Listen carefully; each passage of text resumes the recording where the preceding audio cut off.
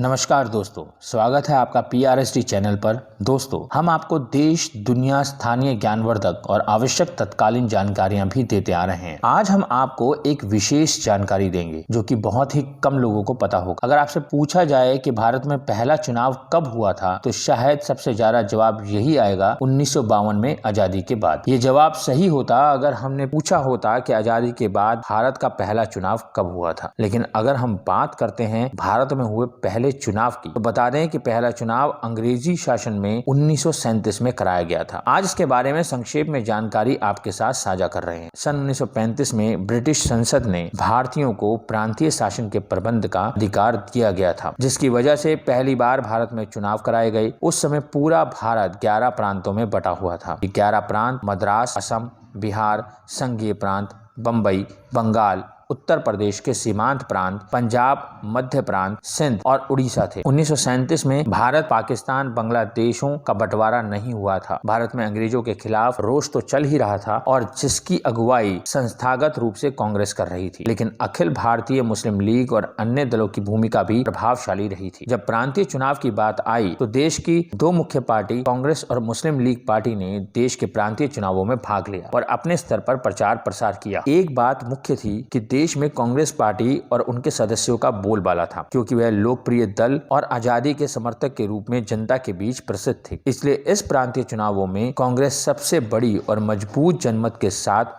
उभर कर आई। इस चुनाव में सभी प्रांतों को 1585 सीटों में बांटा गया था, जिसमें से कांग्रेस ने 711 सीटें जीती। मद्रास, बिहार, उड़ीसा, मध्य प्रांत और संयुक्त प्रांत में पूर्ण बहुमत मिला। बम्बई में भी लगभग पूर्ण बहुमत मिला। वहीं मुस्लिम लीग पश्चिमोत्तर प्रांत में एक भी सीट नहीं जीत सकी। पंजाब में केवल 2, सिंध में 3 सीटें जीती। कांग्रेस ने 8 प्रांतों में अपनी सरकार बनाई। एक रोचक बात आपको बता दें कि उस समय प्रांत के प्रमुख को प्रधानमंत्री बोला जाता था। इस चुनाव में विभिन्न क्षेत्रों प्रांतों में निम्न पार्टियों ने हिस्सा लिया था। यूनियनिस्ट पार्टी, जिसकी स्थापना अप्पर हुसैन ने पंजाब में की थी। बंगाल में फजलुल हक ने कृषक प्रजा पार्टी की स्थापना की थी। मध्य प्रांत में अंबेडकर जी ने इंडिपेंडेंस वर्कर्स की पार्टी की। अब आपको बताते चले कि इन चुनावों के बाद कौन किस प्रांत का प्रधानमंत्री बना। मद्रास के प्रधानमंत्री सी रामगोपालाचारी थे। बिहार में श्री कृष्ण सिन्हा, उड़ीसा में BN दास, मध्य प्रांत में NB खरे और बाद में इस्तीफा देने के कारण रविशंकर शुक्ल प्रधानमंत्री बने। संयुक्त प्रांत के प्रधानमंत्री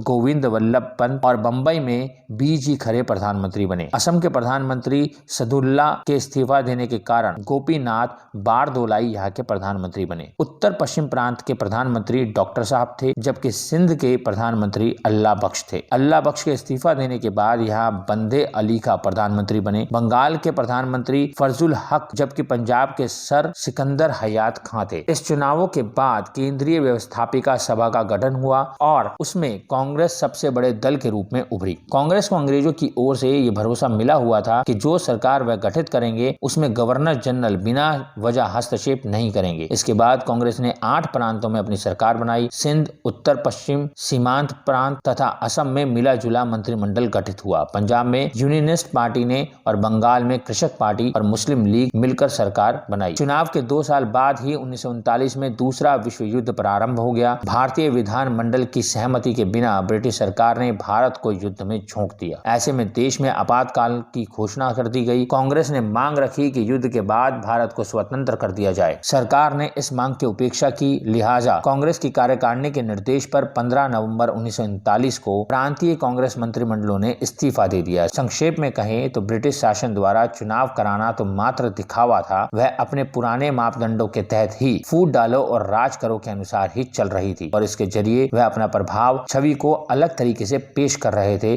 और समय लेना चाहते थे स्वतंत्रता सेनानियों के दमन के लिए। खैर, इसके बारे में आप क्या सोचते हैं, क्या समझते हैं, हमें जरूर बताएं। नेक्स्ट वीडियो में हम आपको भारत में हुए दूसरे प्रांतीय चुनावों की जानकारी देंगे, जिसकी भारत विभाजन में अहम भूमिका रही। धन्यवाद। ऐसी और भी रोचक और दिलचस्प खबरें जानने के लिए आप विजिट कर सकते हैं हमारी वेबसाइट www.prsdnews.in। लिंक डिस्क्रिप्शन में दिया हुआ है, अभी जाएं और विजिट करें हमारी वेबसाइट www.prsdnews.in।